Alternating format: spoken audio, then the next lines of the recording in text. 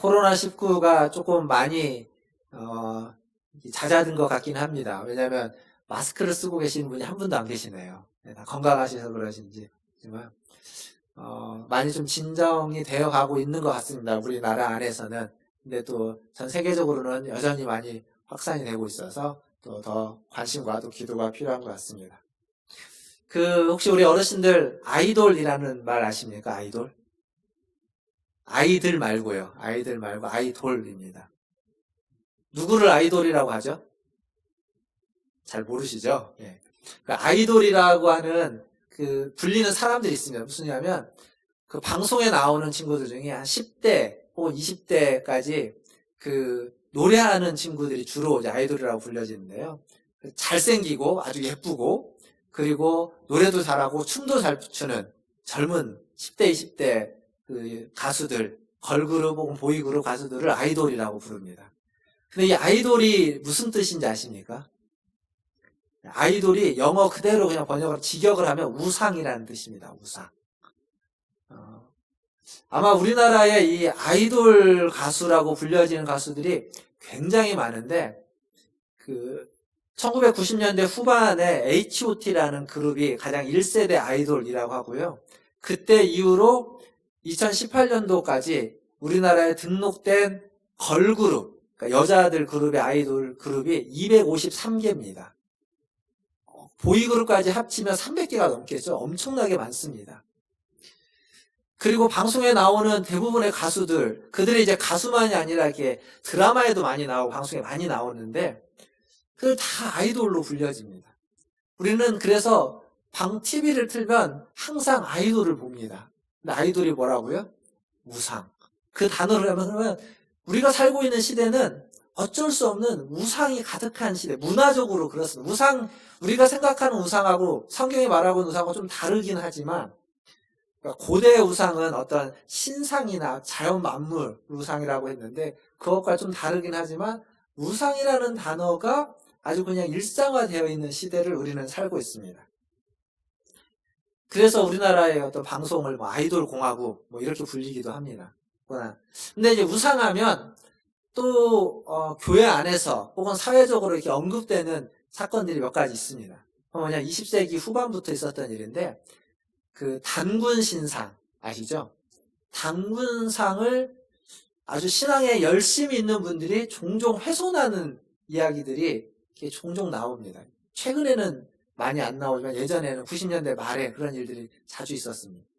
그리고 단군 신상뿐만 아니라 장승들, 천하대 장군 지혜여정 이런 장승들을 또 훼손하는 일들도 있습니다.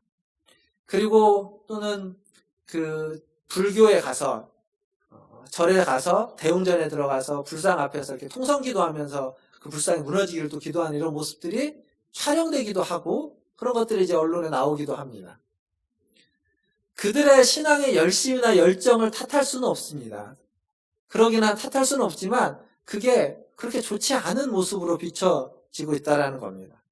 또 그런 걸 통해서 우리는 영적 전쟁을 한다고 이야기를 하는데 이게 어디에서 좀 뭔가가 어긋나 있냐면 오늘 우리가 보게 되는 이 2계명, 10계명 중에 2계명을 이해함에 있어서 여기서 분명 우상이나 형상을 만들지 말고 그거에 절하지 말고 섬기지 말라고 했는데 그 말씀을 이해하고 받아들이는 데 있어서 좀 이렇게 왜곡이 일어나고 문제가 생기는 겁니다.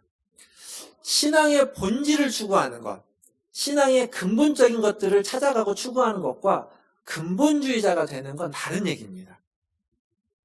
이게 뭐와 같은 거냐면 근본주의자라고 할 때는 마치 어떤 사람을 근본주의자의 대표적으로 이야기하냐면 이슬람 교도 중에 폭탄 테러를 하는 사람들을 항상 여러분이 들었을 때 언론에서 그런 표현을 합니다. 무슬림 근본주의자들 이런 표현을 씁니다. 근본주의라는 단어는 굉장히 과격하게 등장합니다.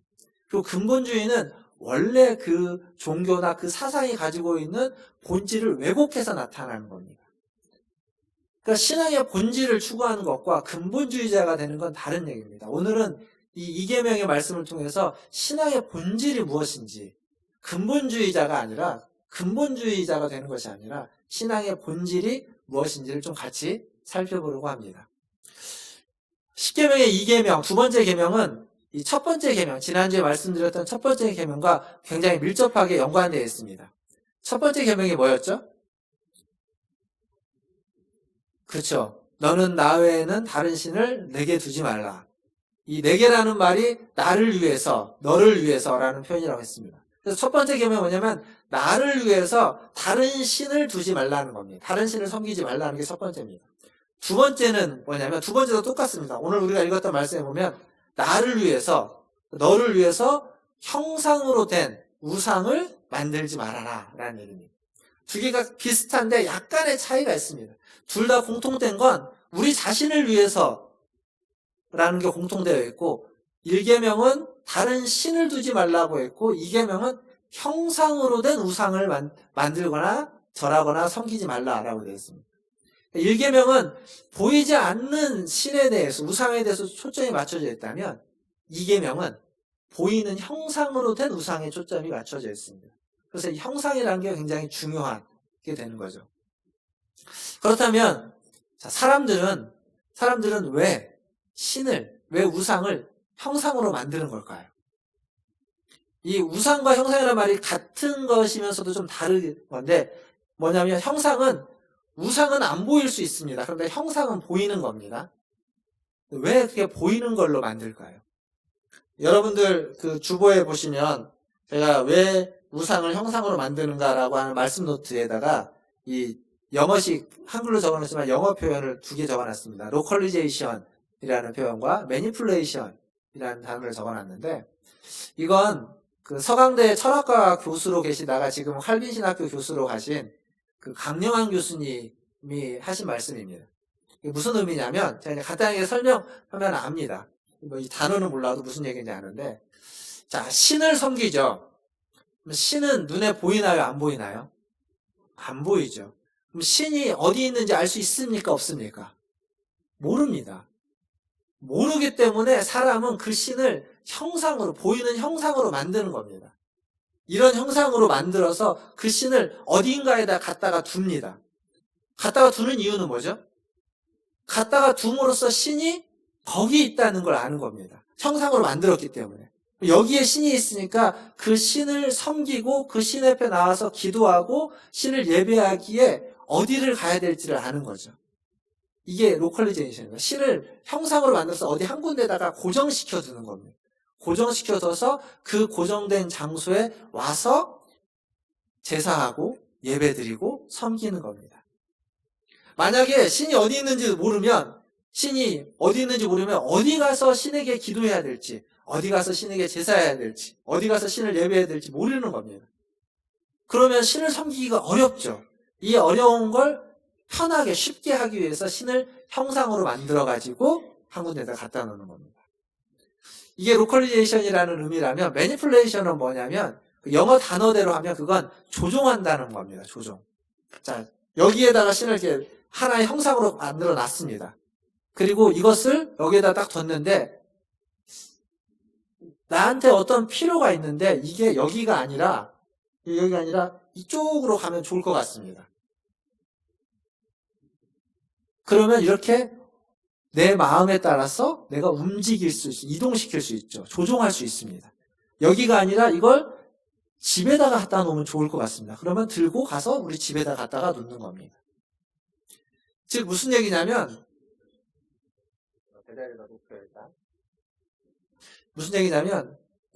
신을 형상으로 만든 다음에 그걸 내가 내 손바닥에다 둬서 내가 하고 싶은 대로 어디든지 이동시킬 수 있고 어디든지 가지고 갈 수 있고 또 어디든지 내 필요에 따라서 신에게 도움을 청할 수 있고 신에게 기도할 수 있도록 내 마음대로 내 임의대로 신을 데리고 다니고 움직이게 하는 것. 그게 매니플레이션이라는 의미입니다. 이 두 가지는 무슨 얘기냐면 신을 우상을 만드는 이유는 나 자신을 위해서 만듭니다. 첫 번째 계명도 마찬가지고 두 번째 계명도 똑같은 얘기하는데 근데 그걸 형상으로 만드는 이유는 뭐냐면 나 자신을 위해서 만드는데 나 자신을 위해서 나의 편의대로 내가 임의대로 내 마음에 맞도록 신을 섬기기 위해서 형상으로 만드는 겁니다. 그러니까 나 자신을 위한 것에서 한 걸음 더 나아가는 거죠. 나의 편의, 나의 필요를 채우기 위해서 형상으로 만들어서 그 형상에 와서 기도하고 절하고 예배하고 드리는 겁니다. 근데 이제 이 형상으로 만든 우상이라는 게 처음부터 우상으로 만들어지지는 않습니다. 어쩔 때는 이게 굉장히 하나님을 잘 섬기기 위해서 형상을 만들어 놨습니다. 하나님을 잘 섬기기 위해서 무엇인가를 만들어 놨는데 그게 시간이 지나다 보니까 그게 조금씩 왜곡되고 변질되어 가는 겁니다. 그 대표적인 경우가 뭐냐면 성경에 나와 있는 한 예로 놋뱀이 있습니다. 놋뱀. 놋뱀이 어디에 등장하냐면 민수기 21장에 가면 그 출애굽하면서 이스라엘 백성이 하나님을 원망을 합니다. 하나님을 원망하니까 그 원망하는 이스라엘 백성들에게 하나님이 불뱀을 보내가지고 불뱀에 다 물려서 불뱀에 물린 자는 다 죽게 만듭니다. 그러니까 이제 죽게 생겼으니까 또 모세에게 요청을 하죠. 모세가 하나님께 기도를 합니다. 살려달라고. 그러자 하나님이 놋으로 뱀을 만들어가지고 그것을 장대에 달아서 들라고 합니다. 그리고 그 놋뱀을 보는 자마다 불뱀에 물렸을지라도 다 구원을 받게끔 회복하고 치유되게끔 해주십니다. 그래서 그 놋뱀이 거기에 등장합니다. 근데 그때 그 출애굽에서 그 만들었던 놋뱀이 나중에 어떻게 됐을까요? 성경이 어디에 또 등장하는지 아십니까? 열왕기 하에 등장합니다. 한번 성경을 찾아보면 열왕기하 18장 4절에 그 놋뱀이 등장합니다. 같이 한번 읽어보겠습니다. 화면을 보시고 읽겠습니다. 시작. 그가 여러 산당들을 제거하며 주상을 깨뜨리며 아세라 목상을 찍으며 모세가 만들었던 놋뱀을 이스라엘 자손이 이때까지 분향함으로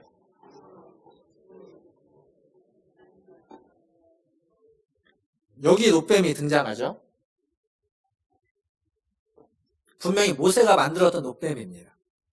이게 지금 무슨 얘기냐면 히스기야라는 왕이, 이때 왕이 히스기야인데 하나님 앞에 설하고 정직했던 그 왕이 되어서 그 이스라엘을 섬기고 있는 우상들을 다 없애는 겁니다. 형상으로 된 우상들, 여기 보면은 산당들을 제거하며 우상을 깨뜨리고 아세라 목상도 찍어서 없애는데 그런 와중에 갑자기 뭐가 등장하냐면 모세가 만들었던 놋뱀이 등장하는데 이 놋뱀을 부숴버립니다. 이 놋뱀은 분명히 뭐였냐면 심판받는 자를 구원하는 데 사용됐던 놋뱀입니다. 하나님이 만들려고 했고 그리고 그걸 보는 자마다 구원을 받았습니다. 요한복음 3장에 가면 예수님도 이 놋뱀 얘기를 합니다. 그러면서 자기가 놋뱀이 나무에 달린 것처럼 들린 것처럼 인자도 들려야 되겠다라고 하면서 자기의 죽음에 대해서 얘기를 합니다. 그렇게 사용되는 건데 그렇게 사용되는 사건인데 근데 정작 그 사건에 실제로 등장했던 형상이었던 놋뱀이 지금 열왕기하 18장에 보니까 우상 취급당하고 있습니다. 사람들이 그 앞에 와서 분향하고 제사하고 예배하고 있는 겁니다. 원래 우상이 아니었습니다. 원래 하나님께 쓰임받는 도구였습니다. 그러나 지금 그 하나님께 쓰임받았던 도구가 우상이 되어버렸습니다. 그러니까 처음부터 우상이 아니었습니다. 처음에는 아주 좋은 의도였고 좋은 뜻으로 쓰임받았지만 시간이 지나면서 그 의도가 뜻이 사라지고 우상으로 전락해버린 거죠. 그래서 전통이라는 건 굉장히 중요합니다만 그 전통이 개혁되지 않고 변화되지 않는 전통은 시간이 흘러가면서 자칫 잘못하면 전통이 우상이 될 수도 있습니다. 전통이 우상이라는 말이 아닙니다. 여러분 착각하시면 안 되고요. 전통은 소중하고 중요한 것이고 가치 있는 것이지만 그것이 끊임없이 그리스도 안에서 변화되고 새로워지지 않는다면 그렇다면 이 놋뱀과 같은 지위로 전락해버릴 수도 있다는 겁니다. 여기에 우리가 가지고 있는 기독교 신앙에 굉장히 중요한 독특성, 중요한 점이 있습니다. 고대 사회에서 신은 언제나 형상으로 나타납니다. 그리고 형상으로 임재합니다. 그리고 그 형상은 신과 교통하기 위한 수단으로서 여겨집니다. 형상이 없으면 신과 교통할 수가 없습니다. 만날 수가 없습니다. 신을 예배할 수도 없고 신의 음성을 들을 수도 없고 신 앞에 나아갈 수도 없었습니다. 그래서 고대 사회는 언제나 신을 형상으로 만들었습니다. 그런데 기독교는 뭐냐면 고대 사회에서 기독교는 이단화 취급을 당할 수밖에 없는 이유는 기독교는 형상이 없는 신을 믿는 종교입니다. 잘 기억하세요. 기독교는 우리가 믿고 있는 신앙은 형상이 없는 하나님을 믿는 신앙입니다. 그럼 뭘 보고 믿을까요? 형상이 없는데 무엇을 보고 우리는 하나님을 믿는 겁니까? 우리는 무엇을 보고 믿는 자가 아니라 듣고 믿는 자입니다. 기독교는 말씀의 종교라고 얘기합니다. 우리는 하나님을 보고 믿지 않고 하나님의 말씀을 듣고 믿는 겁니다. 그래서 믿음은 들음에서 난다라고 이야기하는 거죠. 기독교가 다른 신앙과 다른 종교와 큰 차이는 여기에 있습니다. 기독교는 말씀의 종교입니다. 계시로 우리에게 주시는 말씀을 듣고 믿는 종교. 그래서 기독교에 우리의 성경에 보면 성전이 있죠. 성전에 그 한가운데 지성소라는 게 있는데 그 지성소는 하나님이 임재해 계신다라고 말하는 곳입니다. 그 지성소 안에 무엇이 있냐면 언약궤가 있습니다. 하나님의 형상을 가진 어떤 신상이 있지 않습니다. 모든 신전의 한가운데는 신상이 있습니다. 그러나 성경에 하나님이 만들라고 했던 신전, 성전의 한가운데에는 언약궤가 있습니다. 언약궤 안에는 두 돌판이 있습니다. 말씀만 있는 겁니다. 이게 다른 종교와 기독교의 차이점입니다. 이제 성경에 보면 그 언약궤 안에 히브리서에 보면 히브리서 9장에 보면 언약궤 안에 세 가지가 들어있다고 나옵니다. 두 돌판과 만나 같은 항아리와 그리고 아론의 쌍난 지팡이 이 세 가지가 들어있다고 나오는데 이 히브리서에 들어있는 이것은 아마 후대에 전해지면서 좀 약간 이렇게 변화가 있었던 것 같습니다. 구약 성경에는 언약궤 안에는 돌판만 들어있다고 반복해서 나오고 만나 같은 항아리와 아론의 쌍난 지팡이는 언약궤 앞에 있었습니다. 어느 시대인가 이게 안으로 들어갔는지 아니면 히브리서 기자가 그렇게 알고 있어서 그렇게 썼는지 모르겠지만 구약에는 끊임없이 반복적으로 언약궤 안에는 두 돌판만 있다고 나옵니다. 그러니까 기독교 신앙에서의 가장 핵심은 말씀이라는 겁니다. 하나님의 말씀. 그러니까 우리가 믿는 신앙, 우리가 가지고 있는 신앙은 그래서 말씀으로 세워지는, 말씀을 가지고 시작하고 말씀으로 세워지는 신앙입니다. 어떤 장애물이 있고 어떤 어려움이 있어도 지금처럼 전염병이 창궐을 한다 할지라도 우리가 세웠던 일과 계획이 잘 풀어지지 않는다 할지라도 우리에게 하나님 주시는 말씀이 있죠.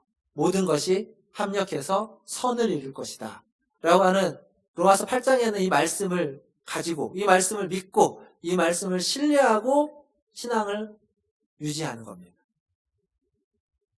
다 이해할 수 없는 일들이 생깁니다. 다 이해되지도 않습니다.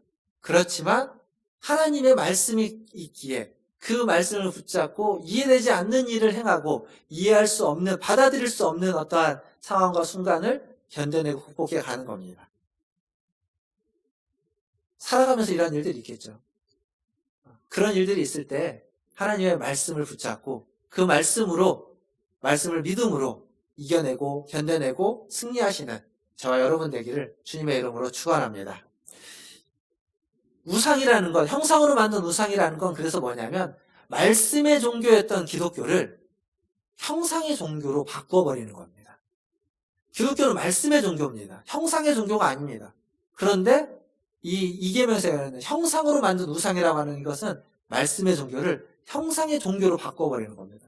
지금 이계명은 그것을 금하고 있는 겁니다. 말씀의 종교를 계속 유지하기 위해서. 그럼에도 불구하고 이스라엘은 이 말씀의 종교를 형상의 종교로 바꿔버리는 일을 반복해서 행했습니다. 지난주에 얘기했던 출애굽기 32장과 열왕기상 12장에 있는 금송아지 만든 사건이죠. 자, 가만 보시면 출애굽기 32장에 모세가 십계명을 받으러 시내산에 올라갑니다. 올라갔다가 안 내려오지. 오랫동안 안 내려오니까 밑에 있던 백성들이 불안한 겁니다. 모세가 죽었을까봐.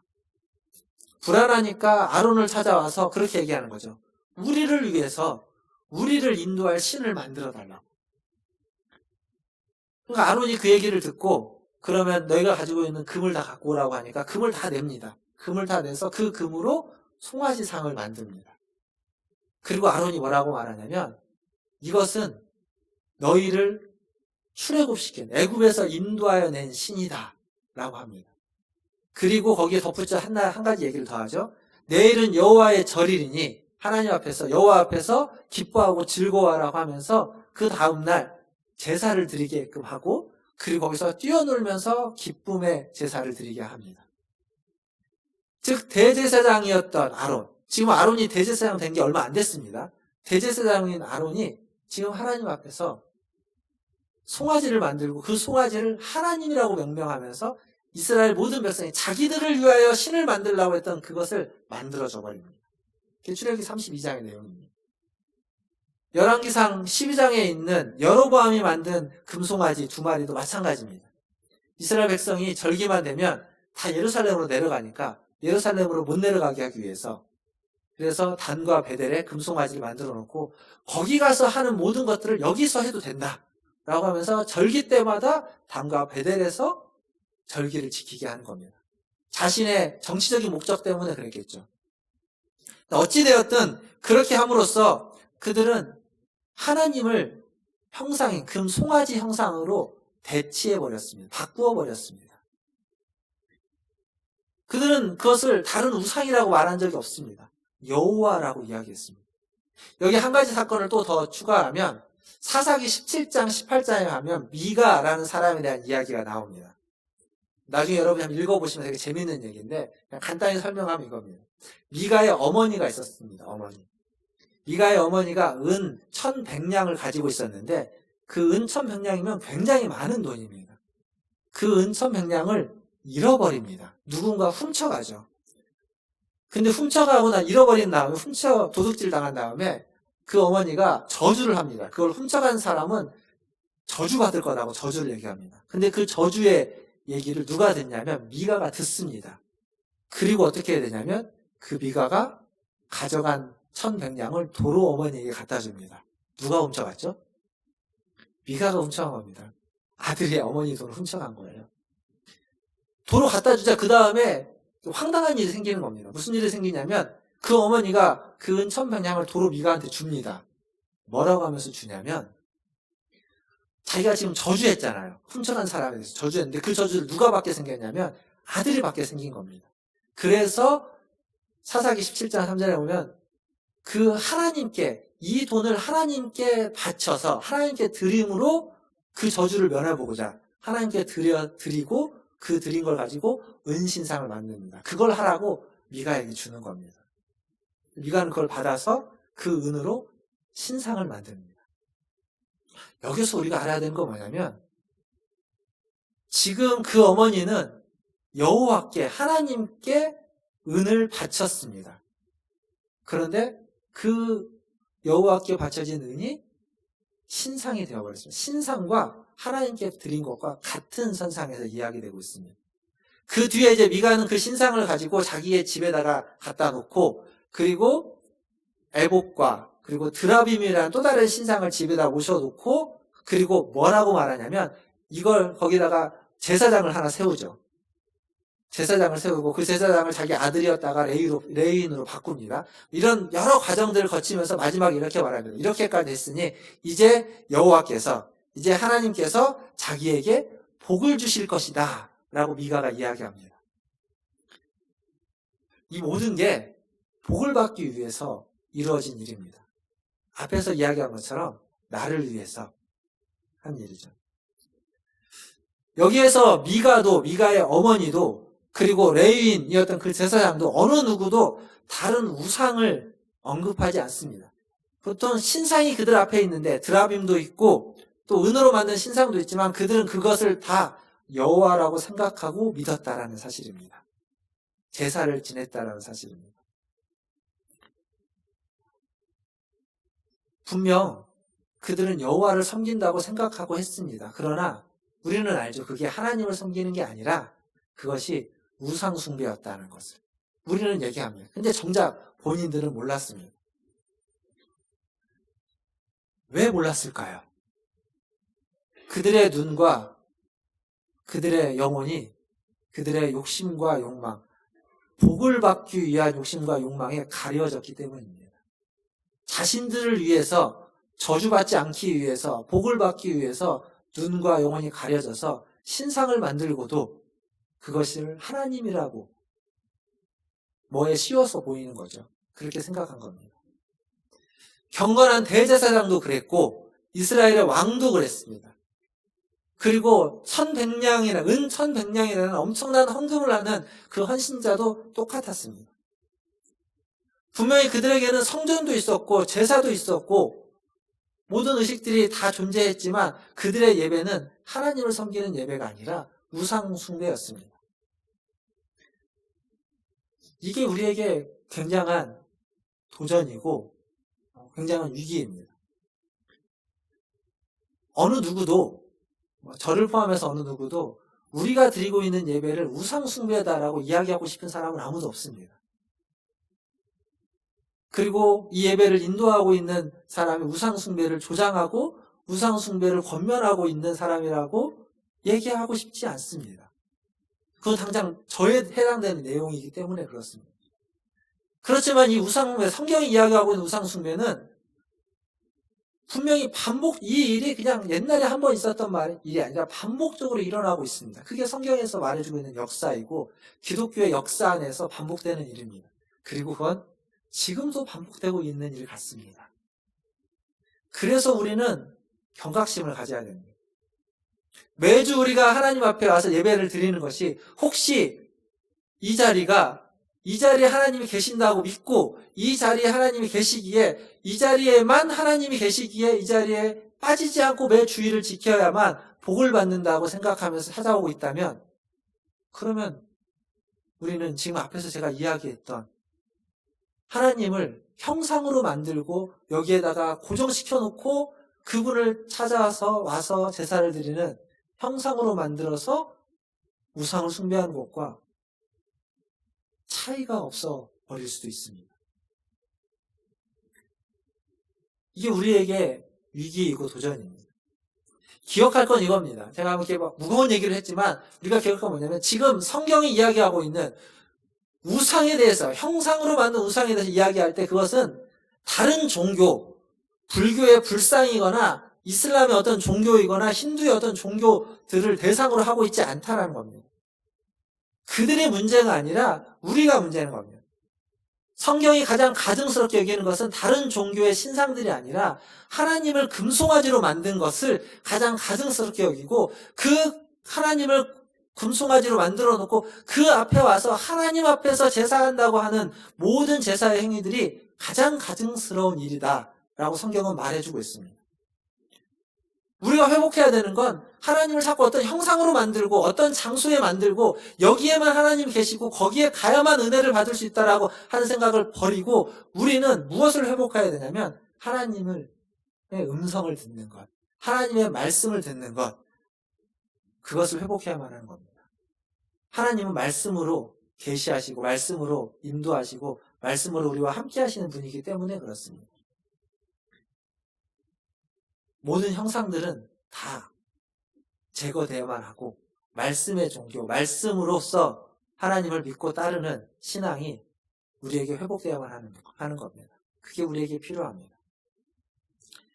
이렇게 하나님은 우상을 형상으로 만들지 말라고 하면서 그 이유를 오늘 우리가 읽었던 본문 5장 5절 후반절과 6절에 말씀하고 있습니다. 그건 뭐냐면 한마디로 이겁니다. 하나님은 질투하시는 하나님이다 라는 게 그 이유입니다. 질투는 왜 할까요? 질투 해보셨습니까? 질투 한 번도 안 해보셨습니까? 질투를 안 해봤다는 말은 뭐와 같은 얘기냐면 사랑을 안 해봤다는 말과 같은 얘기일 수 있습니다. 질투는 왜 하냐면 사랑받고 싶어서 하는 겁니다. 내가 저 사람을 사랑하는데 저 사람이 내 사랑을 받고 그만큼 나를 사랑해줘야 되는데 저 사람이 나를 사랑하지 않고 다른 사람을 사랑할 때 질투가 생기는 겁니다. 나보다 다른 사람을 더 사랑할 때 질투가 생기는 겁니다. 왜요? 더 사랑받고 싶으니까. 그러니까 질투라는 건 다른 말로 질투하시는 하나님을 다른 말로 바꾸면 사랑받고 싶어하는 하나님입니다. 지난주에 제가 1장 설교하면서 맨 마지막에 뭐라고 말씀드렸냐면 10계명 1계명은 하나님이 우리를 향해서 부르는 세레나다라는 말씀을 드렸습니다. 기억나시는지 모르겠지만 하나님이 우리를 얼마나 사랑하고 있는지 사랑의 고백을 하는 겁니다. 그렇기에 우리도 그 사랑의 고백에 맞게끔 주님을 전심으로 사랑해야 된다라고 지난주에 말씀드렸습니다. 오늘 여기도 똑같습니다. 하나님은 우리를 사랑하고 또 우리에게 사랑받기를 원합니다. 근데 우리가 그것을 사랑하지 않자 하나님 그걸 질투하는 겁니다. 사랑하고 사랑받는 관계를 요구하는 거죠. 사랑이 크면 클수록 미움도 크기 마련입니다. 사랑이 없으면 미움도 별로 없는 겁니다. 오늘 성경에 보면 하나님은 자신을 미워하는 자는 몇 대까지 미워한다고요? 3, 4대까지. 자신을 사랑하는 자는 몇 대까지 사랑한다고요? 1000대까지. 3, 4대와 1000대는 비교할 수 없는 크기겠죠? 수십, 수백 배입니다. 근데 더 중요한 건 이 1000대까지는 정말 이렇게 끝없는 사랑을 이야기하는 거라면 3, 4대는 당대를 이야기하는 겁니다. 당대. 이게 무슨 얘기냐면 그런 말 들어보셨죠? 가게에 흐르는 저주. 들어보셨습니까? 한때 한국교회 성장이 얘기가 많이 됐던 얘기입니다. 근데 이게 좀 성경적이지 않은 주제입니다. 가게에 흐르는 저주는. 비성경적인데요. 성경은 아버지의 죄로 자식이 죽음을 당하지 않고 자식의 죄로 아버지가 죽임을 당하지 않는다라는 말씀이 있습니다. 신명기 24장 16절 말씀인데, 그러니까 내 죄 때문에 다른 사람이 죽임을 당하지 않습니다. 죄값을 지불하지 않습니다. 그리고 다른 사람의 죄 때문에 내가 죽임을 당하지 않습니다. 죄값을 지불하지 않습니다. 그러니까 내 죄 때문에 내가 죄값을 지불하는 겁니다. 이게 성경의 얘기입니다. 근데 3, 4대는 무슨 얘기냐면, 우리나라도 이제 얼마 전까지는 그 대가족 사회였잖아요. 대가족. 대가족으로 이야기할 때는 몇 대를 기본으로 이야기하죠? 3대. 3대가 돼야 대가족이죠. 3대, 4대 이렇게 모여서 하는 겁니다. 이때 당시에 고대 사회는 다 대가족이었습니다. 대가족. 3, 4대가 함께 살고 있었는데 그 3, 4대가 함께 사는 중에 예를 들면 이제 부모님을 모시고 살고 있고 그리고 자녀들이 있습니다. 그리고 가장입니다. 근데 이 가장이 죄를 범했습니다. 그 죄로 말미암아 벌을 받게 됩니다. 그러면 그게 본인의 혼자의 문제로 끝나나요? 그러지 않습니다. 가족의 문제가 됩니다. 가족은 잘못한 게 없고 그 죄의 형벌을 당하지는 않지만 그 영향을 받게 되는 겁니다. 예를 들면 아버지인 자가 가장이 죄를 지어서 하나님 앞에 심판을 받아서 죽음의 형벌을 당했다고 치면 그 집에는 가장이 없어져 버리는 겁니다. 가장이 없어짐으로 말미암아 오게 되는 여러 가지 고난과 어려움을 가족 모두가 3, 4대 모두가 다 겪게 되는 겁니다. 그러니까 죄를 범하는 건 그 한 사람의 벌은 한 사람이지만 그 죄로 말미암은 결과의 영향은 3, 4대 함께하는 온 가족이 함께 짊어지게 되는 겁니다. 우리 가족들에도 그런 일이 벌어집니다. 가족이 분위기가 좋다가도 한 사람이 화를 내고 막 짜증을 내면 그 짜증이 다 온 사람들에게 영향을 주는 겁니다. 그 한 사람 때문에 분위기가 확 바뀌어버리는 겁니다. 잘못한 건 없어도 영향을 받게 되는 거죠. 그럼에도 불구하고 어쨌거나 3, 4대와 1000대는 또 다른 의미로 얘기할 수 있습니다.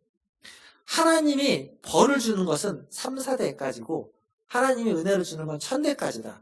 그러니까 죄를 미워하는 크기와 하나님이 은혜를 주고자 하는 사랑의 크기가 비교되고 있습니다. 그런데 이 비교가 안 되죠. 게임이 안 되는 비교가 아닙니다. 어마어마한 차이인 겁니다. 사랑의 크기와 미움의 크기의 차이입니다.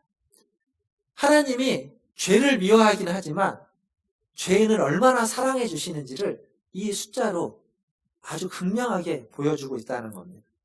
그래서 죄값을 지불하되 또 죄인이 돼 하나님 앞에 회개하는 자는 하나님이 다 용서해 주시는 분이라는 것을 여기에서도 우리가 알 수 있습니다.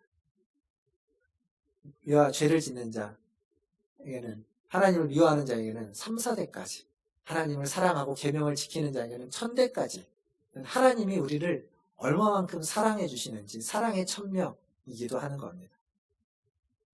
말씀을 마무리하면서 그 조선시대 우리 옛날 사극을 보면 이런 장면이 나옵니다. 제가 기억나는 대표적인 장면은 장희빈이 등장하는 사극에서 장희빈이 그 인현왕후를 해하기 위해서 어떻게 하죠? 인형을 하나 만들죠. 인형을 하나 만들어가지고 뒤에다가 사당에다 몰래 갖다 놓고 밤마다 거기에 가가지고 바늘로 인형을 막 찌릅니다. 그리고 화살을 인형에다가 탁 쏩니다. 인형을 맞추는 거죠. 왜 그렇게 할까요? 인현왕후를 죽이려고, 해하려고. 인현왕후를 해하는데 왜 그 인형에다가, 이 말 헷갈리네요. 인형에다가 그 일을 하는 걸까요? 그 인형이, 그 형상이 인현왕후랑 연결되어 있다라고 믿는 겁니다. 이게 지금 오늘 십계명에 얘기하는 형상입니다. 사람이 형상을 만드는 건 그 형상이 신과 연결되어 있고 신이기 때문에 그 형상을 가지고 하는 모든 일들을 통해서 신을 조종하려고 하는 겁니다. 신을 움직이려고 하는 것. 그런데 하나님은요, 우리에게 조종당하고 싶어 하지 않습니다. 그리고 하나님은 우리를 조종하고 싶어 하지도 않습니다. 하나님은 우리가 기계가 되어서 자동적으로 하나님 앞에 언제나 하나님의 말만 하면은 네, 알겠습니다. 하나님 말만 하면 즉각적으로 순종하는 기계처럼 우리를 만들지도 않고 그런 걸 원하지도 않습니다. 그리고 우리가 하나님을 조종해서 우리의 뜻에 맞게끔 하나님을 도구로서 쓰는 걸 원하지 않습니다. 하나님이 원하는 건 뭐냐면 너와 나, 사랑하는 사람의 사랑의 관계입니다. 사랑을 주고 사랑을 받는 관계. 사랑하는 사람이 있으면 그 사랑하는 사람에게 우리는 모든 걸 다 맞춥니다. 내가 원하는 게 이거여도 사랑하는 사람이 이걸 원하면 그걸 내가 싫어해도 맞추는 겁니다. 하나님이 원하시는 관계는 사랑의 관계입니다. 연인의 관계, 이런 거죠. 그래서 하나님은 어느 때든지 어느 장소이든지 우리에게 관계, 사랑의 관계, 연인의 관계를 요구합니다. 더 나아가서 하나님은 하나님을 형상으로 만들지 말고 하나님의 형상인 사람을 사랑하라고 하는 겁니다. 무슨 말인지 알겠습니까? 하나님을 형상으로 만들어서 하나님을 사랑하려고 하지 말고 하나님의 형상인 사람을 사랑함으로써 하나님을 사랑하라고 하는 겁니다. 그래서 십계명을 둘로 줄이면 하나님을 사랑하는 것과 내 이웃, 그 내 이웃이라는 말은 뭐냐면 하나님의 형상으로 만들어진 이웃, 사람을 사랑하는 겁니다. 그 두 가지가 십계명에서 중요한 핵심이고 본질인 겁니다. 두 개를 하나로 줄이면 내 이웃을 사랑하는 것이 되겠죠. 하나님의 형상, 옆에 한번 보실까요? 옆에 계신 분을 한번 보십시오. 그분의 얼굴을 보십시오. 그 얼굴이 하나님의 형상입니다. 하나님의 형상을 다른 데 가서 찾을 필요가 없습니다. 옆에 계신 그분이 하나님의 형상입니다. 그리고 여러분의 얼굴이 하나님의 형상입니다. 그 말은 누구든지 여러분을 보고 하나님을 볼 수 있어야 됩니다. 여러분이 하나님의 형상이라면 여러분을 통해서 누구든지 하나님을 만날 수 있어야 됩니다. 여러분이 하나님의 형상이라면 여러분을 통해서 누구든지 하나님을 경험할 수 있어야 됩니다. 하나님의 말씀을 들을 수 있어야 됩니다. 그리고 여러분을 통해서 누구든지 하나님의 사랑을 알 수 있어야 됩니다. 그러기 위해서 우리는 하나님의 형상을 회복해야만 합니다. 왜곡되어 있는, 깨어져 있는 모습을 회복해서 하나님의 형상, 온전한 형상이 되어서 하나님의 말씀을, 하나님의 사랑을, 하나님의 은혜를 경험하고 나누는 저와 여러분에게를 온전한 하나님의 형상이 다 되시기를 주님의 이름으로 축원합니다. 기도하겠습니다.